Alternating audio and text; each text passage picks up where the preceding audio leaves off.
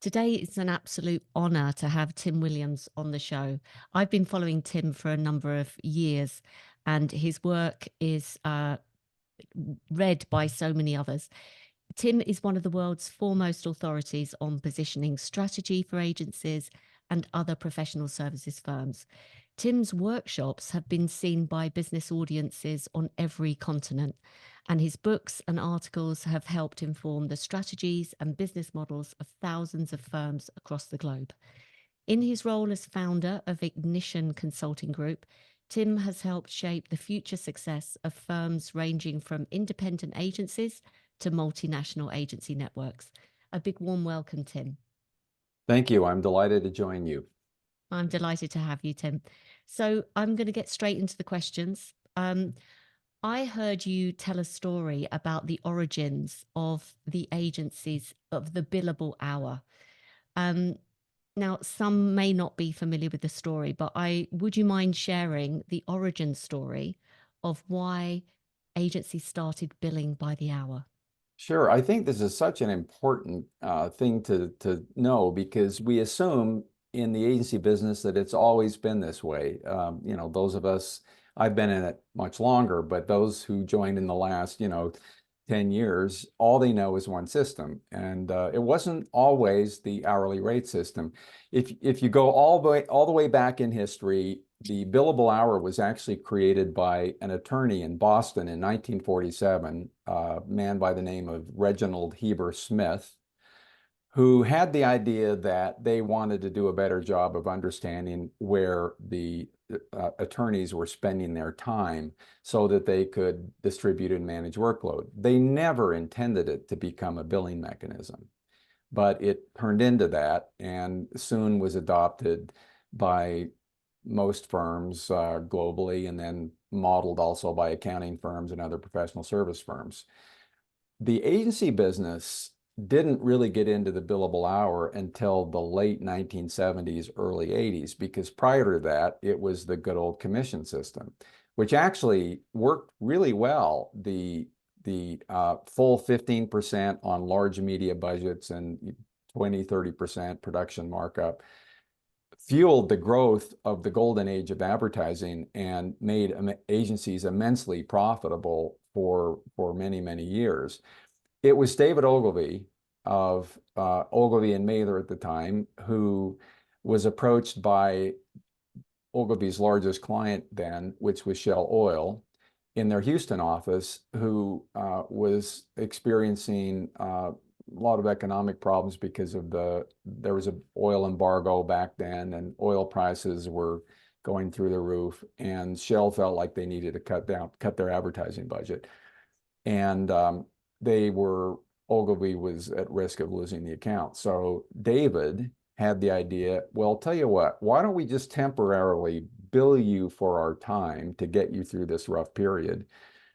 And when things turn around, we'll go back to how it's always been, the good old commission system, which served us well. Well, turns out that Shell caught on pretty quickly that they were paying the agency less money on the hourly rate system and wanted to continue with that method. And shortly thereafter, the agency's other clients said, "Hey, I've heard about this hourly rate thing. Could we give that a try?" And then so soon all of Ogilvy's clients transitioned, and then other agencies around the world saw what was happening and adopted the methodology.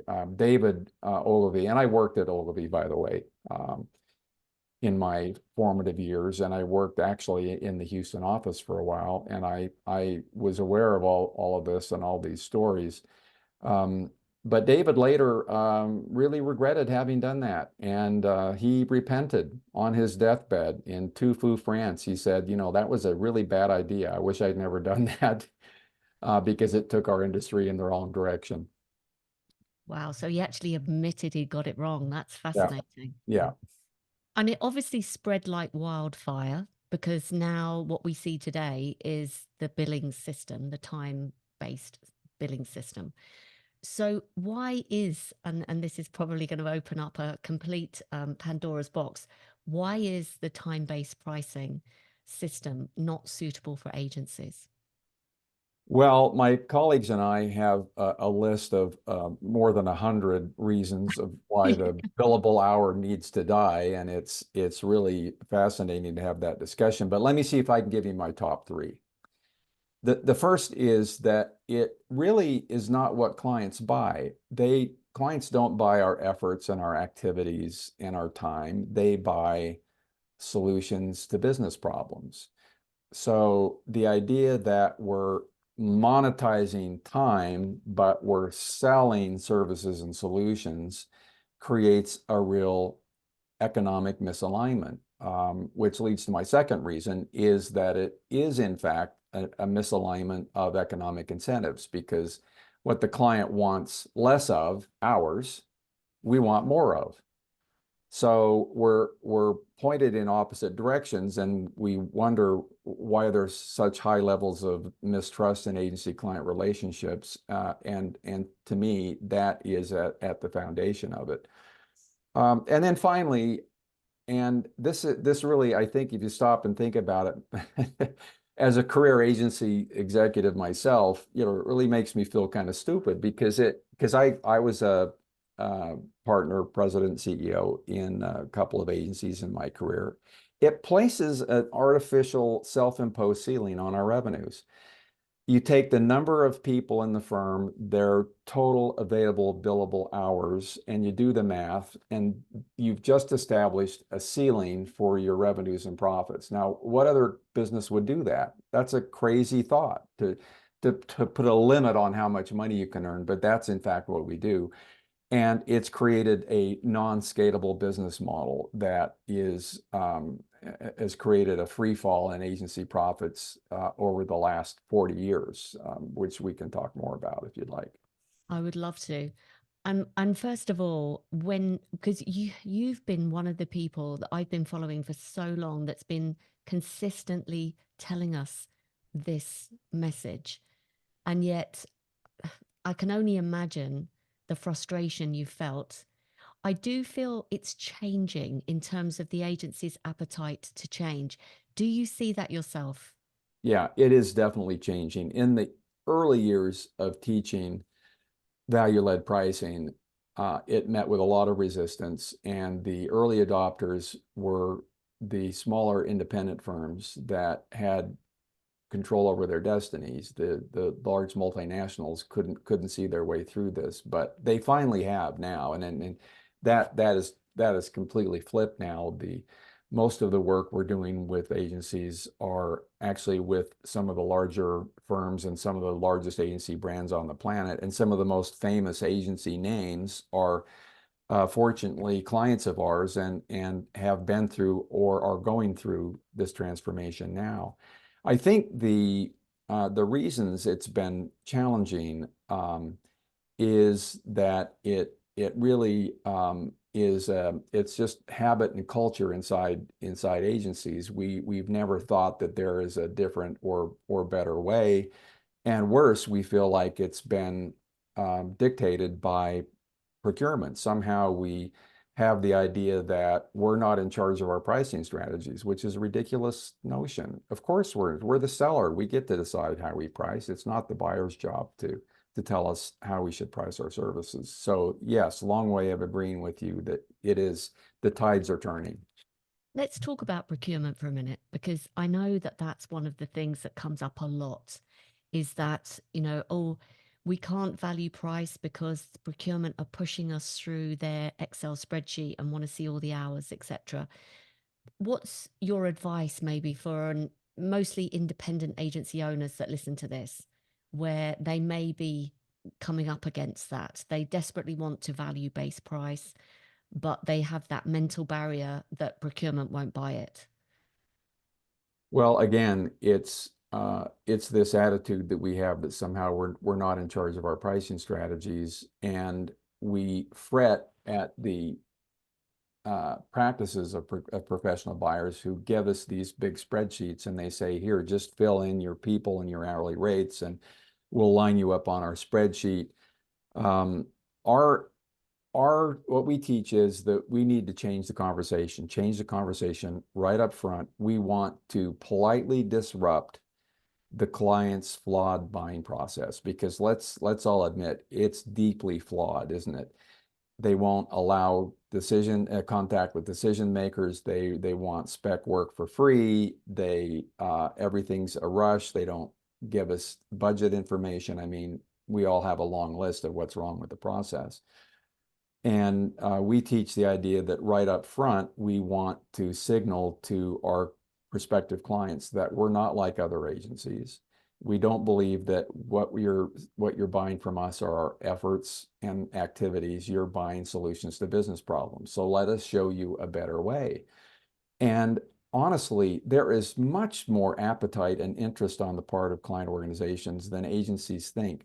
There is a study done by the Association of National Advertisers here in the US every couple of years that asks what proportion of major marketers intend to change the way they compensate their agencies. And the survey almost always comes back with some figure like 2/3 of all global marketers say, yes, we want to change the way we pay our agencies. Well, why? We suspect the answer is, well, of course, they want to cut costs. They want to pay us less. That is not the leading answer. That's maybe number 9 or 10 on the list. The leading answer is we need to improve business results. And they realize that the way they pay agencies for just filling scopes of work and taking orders does not align with helping them drive growth. And so the smart clients, the ones that most agencies want, are actually very interested in a discussion about how could we change our business relationship? Tell us more. So this might sound like a silly question. I know you said you've done a lot of work through the years with independent agencies. You're doing a lot of work with multinationals right now as well. Do you think there's any difference in how procurement see either? I'm dealing with a network agency and therefore I'm going to be more flexibility in the compensation, or I'm dealing with an independent, I'm going to be more flexibility. I'm going to be more flexible. I don't think so. I think the dynamics are the same, because let's keep in mind that we taught them this system. It's not their system. It's our system. And we taught it to them, as I said, starting in the 1980s, 1990s. If you're an account person in an agency in the mid to late 1980s, you would have set appointments with your clients and gone to meet with them and say, all that you've been paying us commissions and markup all these years. Well, we'd like to propose a different way of working with you. We want to start doing timesheets and billing you by the hour. And we had to persuade our clients to this new way of remuneration. And some clients were reluctant, like, well, I'm not sure that's such a great idea. I kind of like I mean, so we had to move them to a new way of thinking. Well, we're at a point in time where now we have to do that again, right? We're in charge of our pricing strategies, and this happens all the time in other business sectors. The airlines have re-educated us on how they want us to pay for their services. Software companies used to sell their product on a CD in a shrink wrap box with a price tag on it. They've re-educated us now that they want us to subscribe to their product and that it's a license. We don't actually own it. You can take any business sector, and there have been ongoing, decades-long changes in pricing strategies that we as customers have all adapted to, and that's all we're saying with agencies. And by the way, when we talk about value pricing, this is it. A lot of agencies react as though this is some kind of crazy experimental thing that could never work and that it's leading edge, and but it's really just modern pricing. It's just pricing as practiced by the rest of the business world. We are almost alone in the professional services sector in the old industrial age practice of billing by the hour. None of our clients do timesheets. They don't bill by the hour. They run very successful enterprises.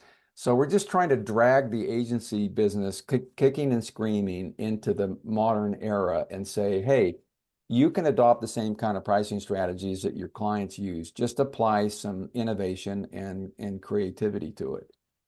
You must be exhausted of giving that message out, Tim, because I know through following you for so long, Yeah. it made so much sense then. It makes so much sense now, and yet we're still not doing it. Yeah. What I Well, am, if you don't mind, can I just try yeah, and simplify it one step further yeah, to demystify it? Because really all we're talking about here is moving from inputs-based pricing, which is tracking time and charging by the hour, to pricing for outputs and outcomes. I mean, that's basically what this is about. So instead of charging for the hour or the person or the FTE, charge for the deliverable, charge for the actual work product, charge for the output itself. Attach the price to the output, not the input. It's not about performance-based pricing. You can do performance-based sometimes. Occasionally, you'll have a client where that might be an interesting approach. But a lot of agency executives confuse value-led pricing with performance-based pricing. They're not the same thing. Performance-based is a form of value-led pricing, but it does not equal value-led pricing. It's essentially trying to teach agencies to price the product, the service, the solution, not the person, the hour, or the FTE. That at its basis is what we're trying to do. why do you think there's more of an urgency now more than ever to wake up to this? Well, over the last 40 years, there has been a well-documented decline in agency margins. 30 years ago, the average agency profit was 30%. Today, it's hovers around 10%. This has been documented by my friend Mike Farmer in his book, Madison Avenue Manslaughter. He writes about it every week in online. And so that has been taking us toward an economic cliff. But I would say in the last 12 months, the final nail in the coffin of the hourly rate is artificial intelligence. Are we going to bill by the nanosecond? How do we monetize and capture the value of what AI can do in an hourly based business model? It simply doesn't work. So for all the agencies that have been skeptical and holding back and saying, no, we really can't do this, are going to be pushed within the next 12 to 14 months to do something different. And our answer is stop being slaves to the billable hour and find ways to, and this is another topic, productize your business in a way that allows you to capture the value of AI by baking AI into your solution sets and therefore capturing the value of it irrespective of how much time is spent. Let's talk a little bit more about productization. I was lucky enough to speak to Michael. I've read the book Madison Avenue Makeover, Take over. Yep. which is obviously huge his journey through that Yep. productization exercise. Mhm. You're obviously helping firms transition safely to a productization. First of all, to give us some maybe good news stories, can you share some examples of agencies you've helped navigate that transition and been successful with that? Sure. Well, our client relationships are all confidential with a few notable exceptions. If they've chosen to speak publicly about it, or if it's been in the business press, I can name those names. I mean, some of the large multinationals like TBWA and Publicis Health and huge mid-sized firms like VCCP, and then a lot of notable famous creative shops that, you know, if I named them, you would certainly know the names. We're just kind of hyper about protecting our That's client cool. confidentiality. But we've worked with every single one of the large global holding companies: WPP, Omnicom, Publicis, Dentsu, Havas, Stagwell. We've worked with them at a corporate level. We've worked with many of their agency networks, and I can tell you that there are many more agencies on this journey than most agency execs might realize. Many firms are pretty protective of this because they consider it a competitive advantage and they don't want to go public. Others are see it as a notable differentiator and write and speak about it all the time, such as anomaly. They're such a great example of most of the principles around value-led pricing. So there are more firms that are practicing it than you might have heard about, but it's again, it's because they consider it a competitive advantage. And can you kind of give us an insight into how you work with those companies from a standing still to a transition and maybe the impact of making that transition? Sure, that's a really good question. Well, there are three stages in this work. The first we consider kind of a foundational educational phase because most agency people have never heard the argument for revenue model transformation. They just come to work and fill out their timesheet and, you know, try to do a good job at work. So first we try to shake up the paradigm. You know, we need agency people to adopt a new paradigm, a new mental map about what they sell and what clients really buy. We're trying to disconnect this idea that labor equals value. Right? That's an old, outdated notion that goes all the way back to Karl Marx, you know, the labor theory of value. That's been, you know, long since disproven. So change the paradigm. Next, we need to change the principles and instill new principles inside the heads of agency execs. For example, that cost is a calculation, price is a judgment, right? A lot of people can walk around and estimate costs, but it takes people who understand pricing to make the decision about that. Another example is that pricing should be done from the top down, not the bottom up. When we start with our costs and work our way up to a price, economists look at that and say, well, that's not pricing, that's just bottom up costing. The rest of the business world prices top down, starting with the question, what's the potential value to our customer of what we're about to do? And then they get to cost. So it's exactly backwards from the way the rest of the business world approaches it. We also teach the idea of a diversified pricing portfolio. Right now, agencies have one source of revenue: hours, time, percent of FTE, staffing plans. One way they earn money. We teach the idea that you should have many different revenue sources. You should have a diversified pricing portfolio. Just like when you save for retirement, you don't put all your money in gold or, you know, Bitcoin. Be a really bad idea. You have a diversified approach with varying levels of risk and reward, and that's precisely what we teach inside agencies. You need a diversified portfolio. And then so the third step is then we need, having changed our mental map, our paradigm, and then instilled some new principles, then comes time for the actual practices, the daily changes in how we work with our clients. And some examples of that are, we teach that before we go to scope of work, we need to step back and define what we call scope of value. Before we execute on what the client thinks they need, we need a much better in-depth discussion about what does success look like? What are the success metrics related to this assignment? So define scope of value.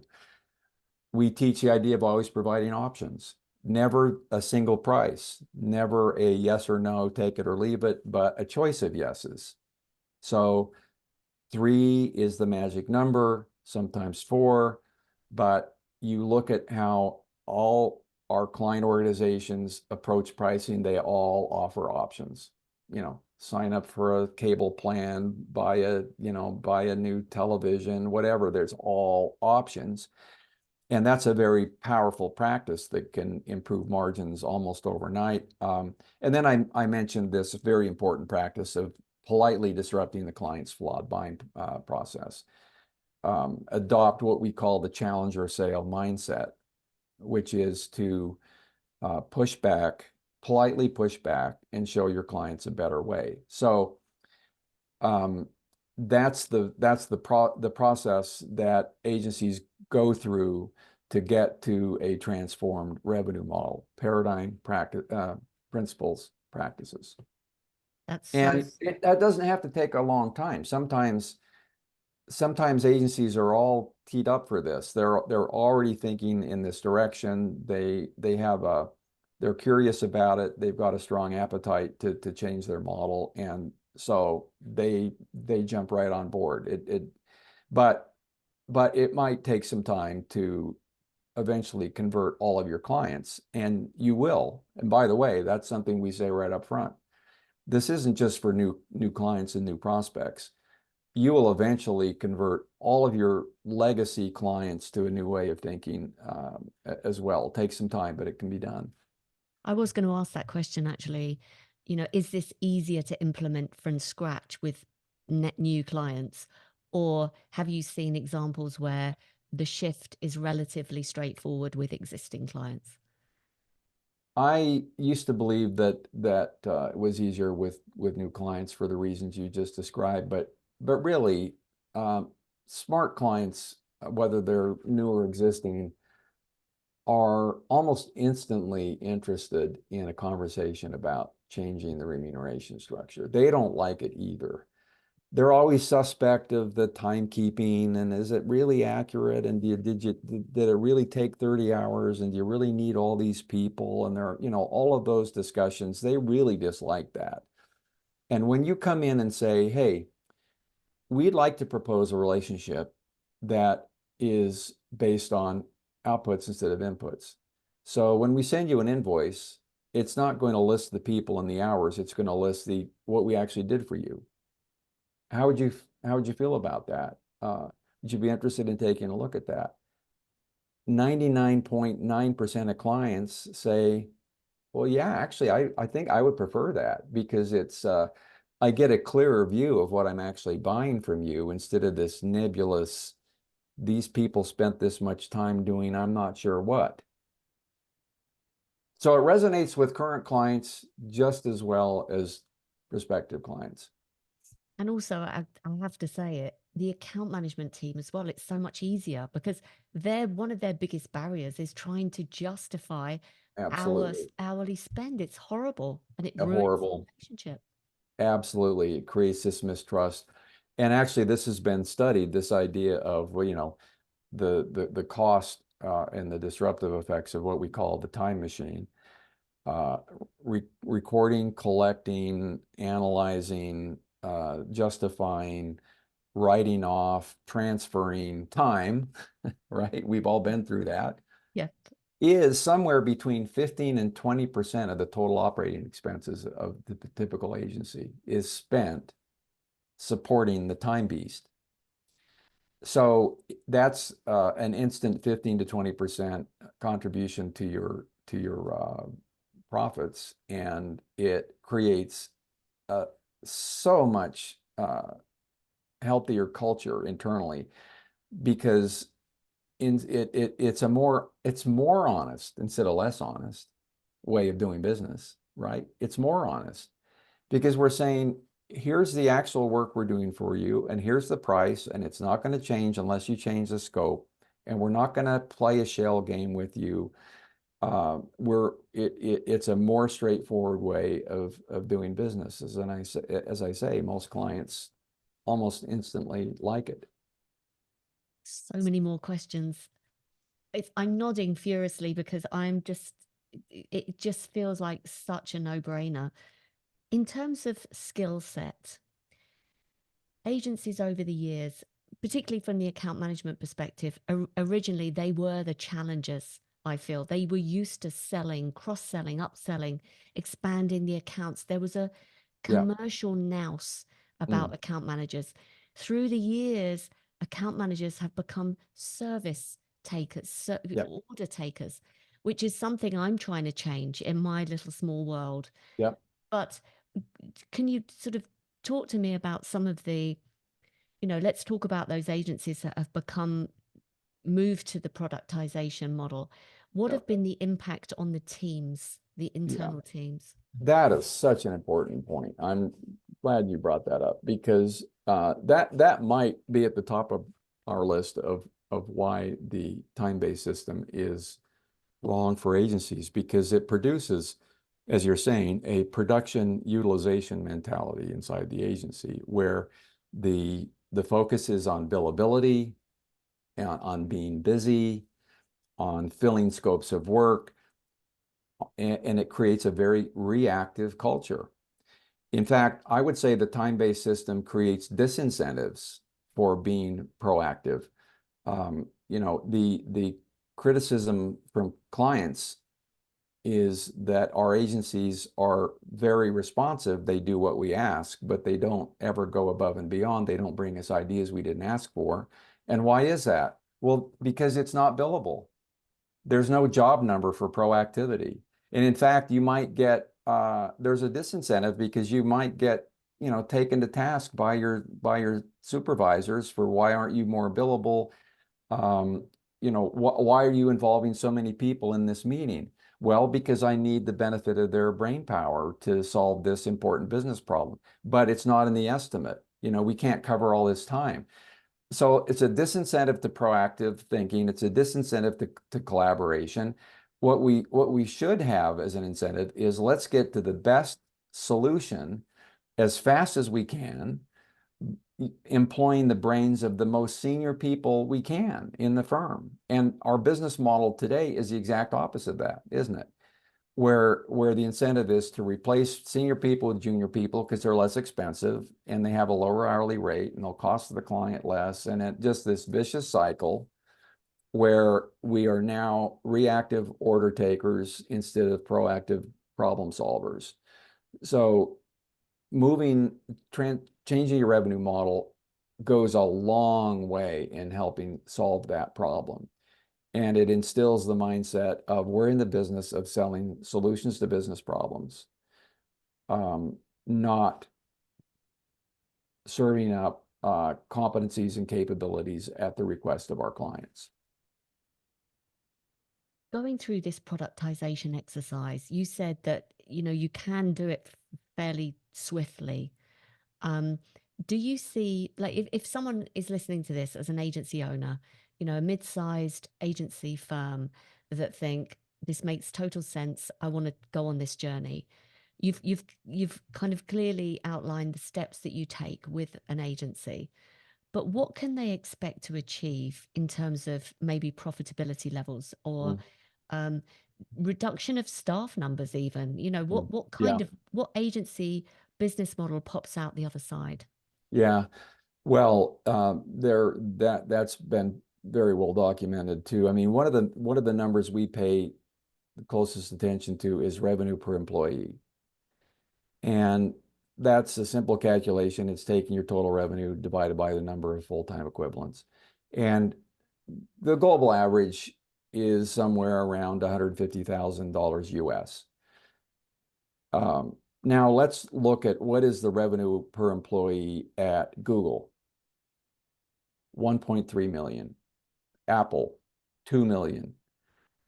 McKinsey, 800,000 to a million. Uh, we are constrained. We have this non-scalable business model because for us to add revenue, we have to add people. So that is an unscalable, non-scalable business model. Whereas our clients, they have exponential pathways to growth because they monetize intellectual capital. They don't monetize hours. So our goal is to take agencies from 150,000 to 300,000 or more, double it, to take them from 15% profit to 30 or 40% profit. And that's not hyperbole. The agencies that have been through revenue model transformation achieve those kinds of margins because their margin is baked in to their products and programs. It's already factored in. It's not a matter of estimate versus actual and reconciliation and write-offs. And here's the program, here's the price, here's the talent that's going to solve this problem for you. Here's how long it's going to take us. And by the way, the price won't change as long as you don't change the scope. We commit to the price and we'll manage our resources to deliver a solution to your business problem. And we'll achieve our margins because we know historically that we can deliver these programs in this way. It also, this improved profitability leads to what I think is the most important benefit, is that it allows us to afford and retain the very best talent. Because right now we can't, right? Our clients will pay equivalent positions twice what we can pay. I mean, you can look that up in the salary guides. Take a position inside a marketing, inside a brand organization, and compare it to an agency, and we simply cannot match the salaries, and nor will we ever be able to match the salaries until we find a way to scale our business. And the productization is the answer to developing a scaled business, because we're able to do more with fewer people. The better and better we get developing programs, the faster we can deliver it, the more money we make. In the hourly rate system, it's the exact opposite. The faster we deliver, the less money we make. It's pretty dumb as a business model when you think about it, right? The more expertise you have, the faster you can solve a business problem, the less money you earn. Now, can you imagine a surgeon taking that as a pricing strategy? Of course not, No. right? How closely linked is positioning with pricing? I read your book. I bought your book. I've got your book somewhere. Yeah, Make a stand for your brand. yeah. And clearly, well, I'm not going to put words in your mouth. I'd like to hear it from you. An agency, maybe an independent agency that's not particularly well positioned, neither vertically nor horizontally, but still wants the negotiation capital to be able to have a conversation with procurement, um, as not in their position as not a specialist. Can you talk a little bit about that and what your viewpoint Sure. is? Oh, yeah, such an important question. There are many times that we are approached by an agency who wants to engage us to help solve their pricing problem.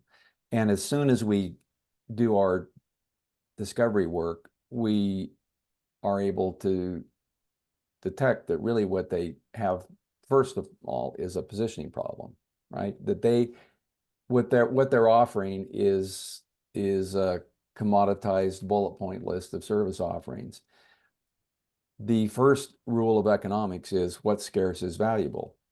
And if what you're providing to your clients is the same thing as every other agency down the street, I mean, good luck trying to command premium price for that. So we step in those cases, we step back and say, first let's work on your positioning strategy, because you can't be in the business of doing everything for everyone. You've got to offer high value solutions to business problems that are not easily found elsewhere. That's step one. And so, yeah, narrow the business model and the positioning strategy, absolutely critical. So, we teach this idea that we're professional firms are in two different businesses, in the business of magic and logic. I borrowed this from an IPA white paper years ago, but I just love this way to describe it. So the magic business is the high value problem solving, concept development, strategic planning kind of work that clients tend not to do well themselves. The logic business is the production, implementation, distribution work that clients look at and say, we could probably do that in-house, or we could find a lower cost provider, offshore.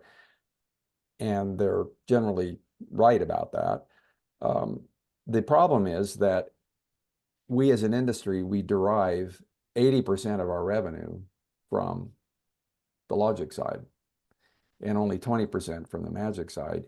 And it's the logic side that has all the pricing pressure and that is so commoditized. And so we try to encourage agencies to do less in the logic space and do more in the magic space so that they will be able to sell a premium program at more of a premium price. You'll never be able to do that trying to monetize the commoditized logic work. It all makes total sense. Um,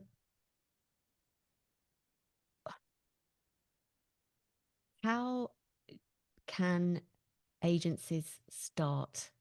You know, if they wanted to start right now, what action should an agency owner take that would be a good step in the right direction, even if it's just one or two actions that they can start this journey? Hmm. Well, we do have a list of things that every agency can do starting tomorrow that doesn't require them discontinuing time tracking, which freaks everybody out. You know, if I go in and say, well, the first thing you need to do is kill your timesheet system, you know, agencies just cannot imagine how they can run a successful business without it. Um, Eventually, they come to see that they don't need that information. But in the short term, we say, fine, keep doing your timesheets if it gives you a sense of comfort. But the first thing you need to do is change your language. That's You can do that this afternoon. Language is the precursor to behavior change, and it's a precursor to changing your business model. And we're trapped in the bad habit of using the language of cost. We use the word cost instead of price, which is what the word the rest of the business world uses. We talk about labor and hourly rates and burn down rates and charge out and shortfall and all this negative language of cost. We should be talking about solutions, benefits, metrics of success, uh, accountability, the things that are instill confidence. So and so we tell agencies, go through all of your documentation and take the word cost and change it to the word price, not estimate or cost estimate, but price or pricing. That's an important symbolic first step. Another is offer options. Starting this afternoon, you can, instead of serving up a single take it or leave it price, give your client three different prices, three different variations, three different flavors of how we can accomplish this project for you, from a small, medium, large, premium to economy. And you will improve your sell-in rate by somewhere between 40 to 100% in the next several months. That doesn't require killing the time beast. And the other is start now identifying ways that you can start migrating away from being in the logic business to doing more in the magic world, which are strange concepts, but the high value, hard to find kind of work. Because when you go to the typical agency website at random, on the navigation bar, you'll see services, and you click on that, and this bullet point list, we do brand identity and social media and media planning, and so does every other agency in the world, right? We say, take that list of competencies and reimagine it as solution sets, feature that on your website, and it just produces this change in mindset that you have articulated about agencies needing to become more proactive, less reactive. Well, it certainly helps if what you're selling are solution sets instead of widely available capabilities. Thank you so much for that. That was really, really valuable. And I'm sure lots of people are taking notes. I'm conscious of time, but I want to squeeze in one question. It might be a little bit controversial, but I want you to be sort of honest. Are there any particular roles that you are seeing in the future in the agency model that are no longer as necessary as they have been for those businesses who are transitioning to more of a productized, value-based pricing model? Hmm. That is a question no one's ever asked me. Um, I think there are some obvious candidates there. Project management changes pretty dramatically in this new model because right now, project managers run around estimating time, tracking time, beating people up about having spent too much time, and that is a really misguided definition of scope. We say scope does not equal hours. Scope equals work completed, uh, milestones met, deliverables, done. And so project managers, their job is greatly simplified because if you're selling programs and products, the resource requirements are already well defined and well established. So you will need fewer project managers, and the project management job will become a lot more fulfilling, less frustrating. So that's one obvious area. The idea that finance is in charge of pricing, that changes because if you look at client organizations, they have finance departments and chief financial officers that do cost accounting and tax planning and mergers and acquisitions and all of that important stuff. But they don't do the pricing. They're not involved in pricing whatsoever. Client organizations have a separate pricing department with a chief pricing officer, and pricing decisions are made there. So it changes the role of finance. You don't need all these people tracking and dissecting hours and producing all these reports. So the finance function becomes a lot more streamlined and simplified. Um, and so those would be my two quick answers in terms of how it might change staffing inside agencies. And obviously, because of my own interest, how do you see the skill set of the account manager needing to change? Mhm. Yeah, because and I spent all of my formative years in client service, so I've experienced this firsthand. It puts the account manager in more of a consultative role and less of a service provider role, which is what you teach, right? This is exactly what we want account people to do.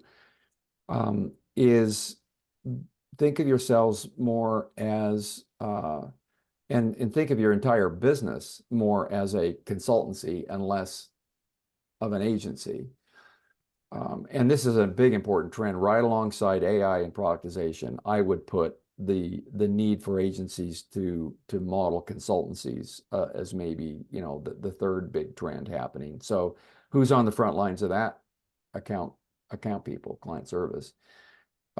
So their skill set they need a lot more um, capabilities in strategic planning. They need to be less reliant on outside strategy groups and strategy departments. And right now, I think you'd agree with this, so many account managers are really kind of glorified project managers, right? And we want the opposite. We want account people to be out leading the charge in terms of the definition of scope of value, defining the success metrics, uh, putting together programs and recommendations to solve business problems rather than organizing this list of deliverables and making sure that we're sticking to our time estimates. It's a frustrating job. I think today's account management job is a lot less rewarding than it used to be 30 or 40 years ago. I absolutely agree with you. And I'm going to take those sound bites because everything you've just said, I say and say. But my frustration is the business model itself. Yeah. It's a lot about, it's not the lack of will to be more consultative, to be more commercially minded, to look at the business. They just don't have time. And why don't they have time? It goes back to the pricing and Hmm. also positioning. So it's kind of, there is a model there somewhere. But but thank you, Tim. I am conscious of time and I just want to say a huge thank you. If people are listening to this and they think, I really would love to know more from Tim or work with him, who would you like to hear from? And who can you help? And what's the best way of contacting you? Sure. Well, I appreciate that. Our client, we work exclusively agency side. We do not work with client organizations. They have their armies of consultants helping them. So we advocate exclusively for agencies of all sizes and all different business models. So really doesn't matter if you are digital or media or social or PR. And size doesn't matter. I think that these principles apply across the board. Our website is probably the easiest way to get to know us, ignitiongroup.com. And I'd be happy to hear from you directly via email, twilliams@ignitiongroup.com. I write a lot on LinkedIn, publish a blog called Propulsion on our website. Those are also good ways to get to know us and learn more about the kind of work we do. I'm following Tim, and I advocate for following Tim on LinkedIn and what reading his blog. They're always value rich.